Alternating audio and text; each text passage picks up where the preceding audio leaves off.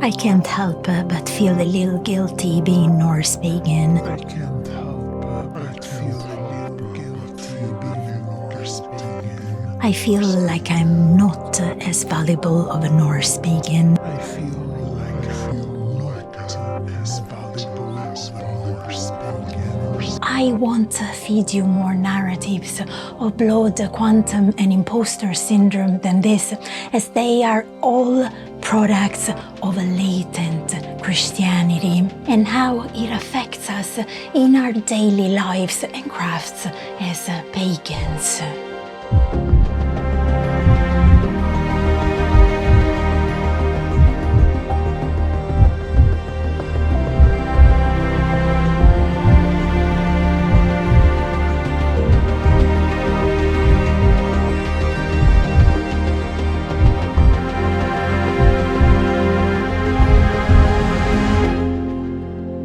Open the pod bay doors, Hal. I'm sorry, Dave. I'm afraid I can't do that. What about this instead?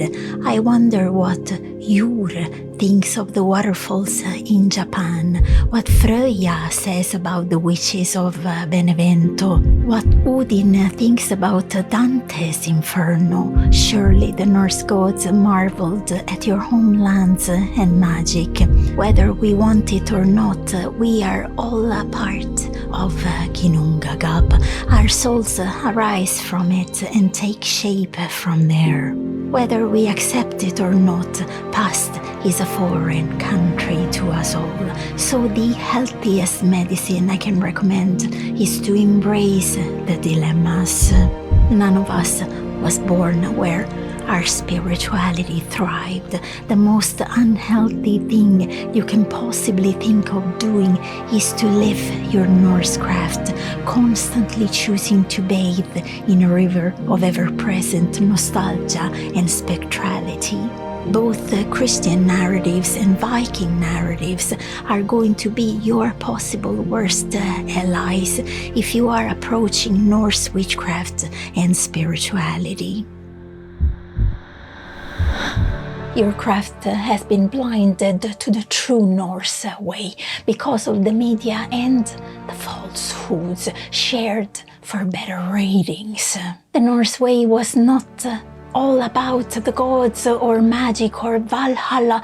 Most stones we find erected are about people.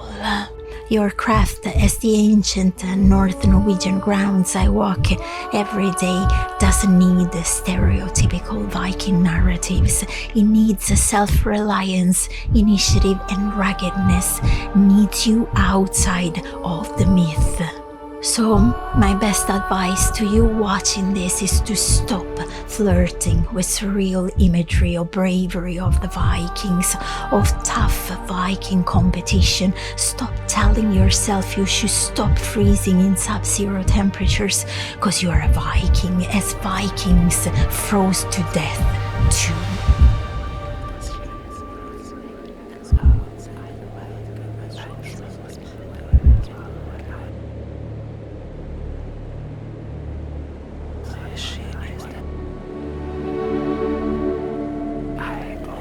The next time you drink mead, I would highly recommend not thinking about a blood eagle scene, but about the bees that contributed to the making of that mead, as this will make your celebration more real and will contribute to re-establish a normality that is terribly needed these days.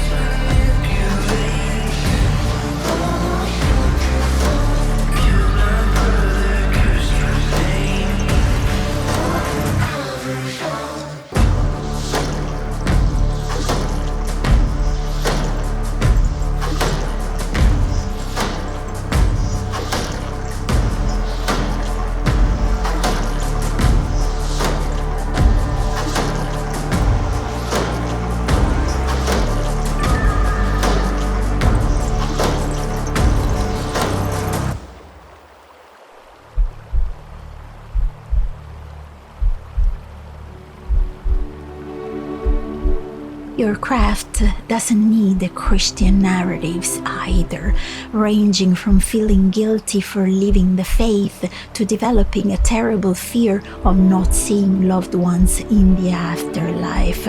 From never is good enough to you must always be better, kinder, where all appears to be a have to rather than choose to. If you are a Christian and you cannot even explain why you are a Christian, if you are on a Norse path and you cannot even explain why, what is the point of keep staying under that comfort blanket?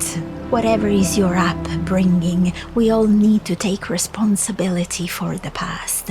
And how do we do that? We embrace its ghosts rather than chasing them away.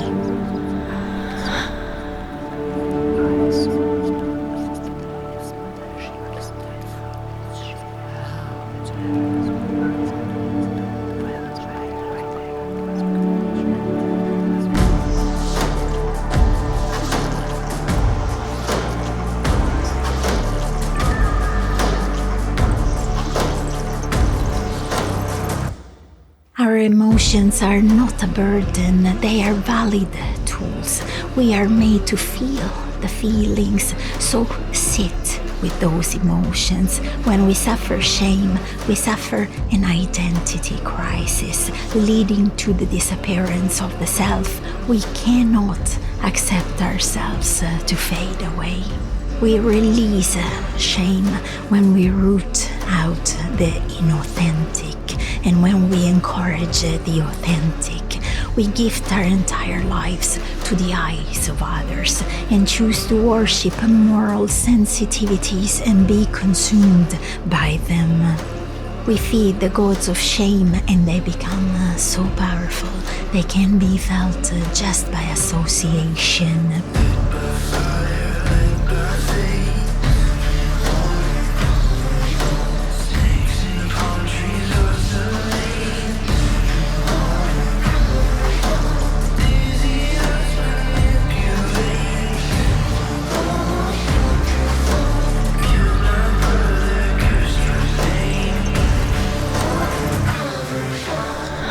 Our families often are such incredible swamps of emotional activation, generation upon generation of repressed emotions of blame, shame, guilt, resentment, rage, frustration. They are there constantly simmering from time to time, boiling up, being thrown at each other, activating even more painful emotions. There is only one thing that has the power to trump shame, and that is pride. By bringing shame to light, depriving it of its thriving grounds of darkness, we learn to expose it and give it back forcefully. I have a story for you. One day, Reindeer came to the edge of the sea, tasted the salty water, washed his hooves, and stood there resting. That was when Fish stuck his head out of the water and said, I've been looking at you, Reindeer, and I'm amazed at how ugly you are. Your antlers are crooked, and your legs are skinny and bent. The reindeer hooked the fish with its antlers and tossed him onto the shore. The fish, gasping on the rocks, says, Throw me back into the sea, my friend, before I dry in the wind and die. Reindeer felt sorry for him and tossed the fish back into the water. A few moments later, the fish stuck his head out of the water and began saying again, Even though you've got 4 legs, you can't swim like me. At this, Reindeer hooked the fish with his antlers and tossed him onto the rocks again. Once again, the fish pleaded, Throw me back into the sea, friend, before I die. I will never make fun of you again. Since the fish was indeed dying, Reindeer tossed him back into the water. The fish surfaced, and again. Why you don't even have a tail? What an ugly thing you are. It makes me sick just to look at you. Reindeer tossed the fish far up on the shore and then walked off into the mountains for good. For every thought of shame, my friends, remember that the sacrificial stones whisper, the beams of the hut wave, the fireplaces call out, and some humans are born with a human hand and a reindeer hoof. And this is just a splendid fact of life.